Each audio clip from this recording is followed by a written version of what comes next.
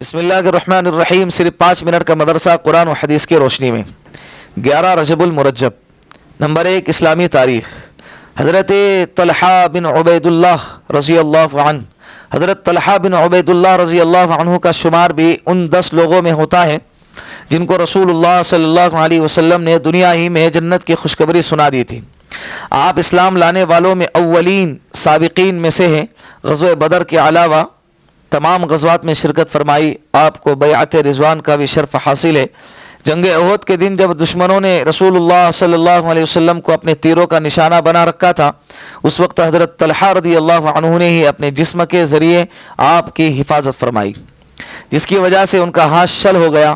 ایک مرتبہ رسول اللہ صلی اللہ علیہ وسلم نے فرمایا، جو شخص زمین پر چلنے والے کسی شہید کو دیکھ کر خوشی حاصل کرنا چاہے تو وہ طلحہ بن عبید اللہ کی زیارت کر لے.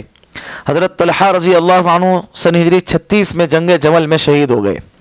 نمبر 2 اللہ کی قدرت. بارش میں قدرتی نظام.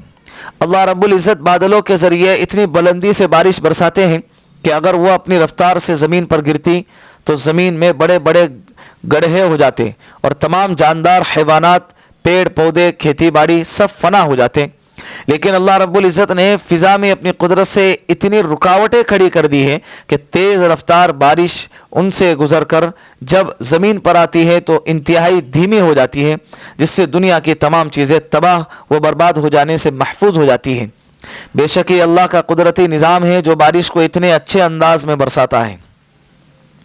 نمبر 3 ایک فرض کے بارے میں. بیوی کی وراثت میں شوہر کا حصہ. قرآن کریم میں اللہ رب العزت فرماتا ہے، تمہارے لیے تمہاری بیویوں کے چھوڑے ہوئے مال میں سے آدھا حصہ ہے جبکہ ان کو کوئی اولاد نہ ہو، اور اگر ان کی اولاد ہو تو تمہاری بیویوں کے چھوڑے ہوئے مال میں چوتھائی حصہ ہے. تمہیں یہ حصہ ان کی وصیت اور قرض ادا کرنے کے بعد ملے گا. سورہ نساء. نمبر 4 ایک سنت کے بارے میں. مسکراتے ہوئے ملاقات کرنا. حضرت جریر رضی اللہ عنہ فرماتے ہیں کہ میرے اسلام لانے کے بعد رسول اللہ صلی اللہ علیہ وسلم نے مجھے کبھی بھی کسی بھی وقت اپنے پاس حاضر ہونے سے نہیں روکا، اور جب بھی مجھے دیکھتے تو آپ مسکراتے تھے. نمبر 5 ایک اہم عمل کی فضیلت. ہر مہینے کے 3 دن روزہ رکھنا. رسول اللہ صلی اللہ علیہ وسلم نے ارشاد فرمایا، ہر مہینے 3 دن کے روزے رکھنا عمر بھر روزہ رکھنے جیسا ہے. نسائی شریف کی روایت. نمبر 6 ایک گناہ کے بارے میں. مومن پر تہمت لگانا. رسول اللہ صلی اللہ علیہ وسلم نے ارشاد فرمایا، جو شخص اپنے مومن بھائی کو منافق کے شر سے بچائے تو اللہ رب العزت قیامت کے دن ایسے آدمی کے ساتھ فرشتے کو مقرر کر دے گا جو اس کے بدن کو جہنم سے بچائے گا.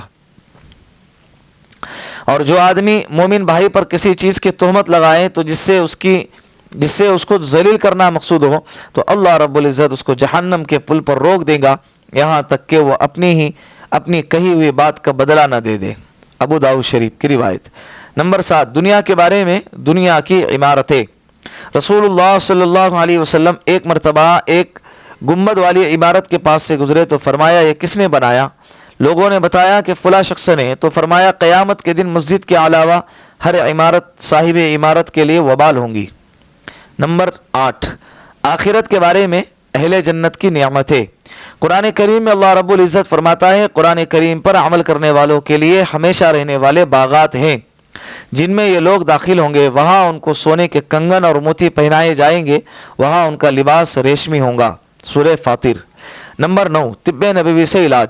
بیماری سے بچنے کی تدبیریں. رسول اللہ صلی اللہ علیہ وسلم نے ارشاد فرمایا، برتنوں کو ڈھانک دیا کرو اور مشکیزے کا منہ باندھ دیا کرو، کیونکہ سال میں ایک ایسی رات آتی ہے جس میں وبا اترتی ہے. پس جس برتن یا مشکیزے کا منہ کھلا رہتا ہے وہ اس میں اتر جاتی ہے. مسلم شریف کی روایت. نمبر 10 قرآن کریم کی نصیحت. قرآن کریم میں اللہ رب العزت فرماتا ہے، تم عورتوں کو ان کے مہر خوش دلی سے ادا کر دیا کرو. ہاں اگر وہ عورتیں اپنی خوشی سے مہر میں سے کچھ تمہارے لیے چھوڑ دے تو اس کو لذیذ اور خوشگوار سمجھ کر کھا لیا کرو. سورہ نساء. اللہ رب العزت ان باتوں پر ہم سب کو عمل کرنے کی توفیق عطا فرمائے.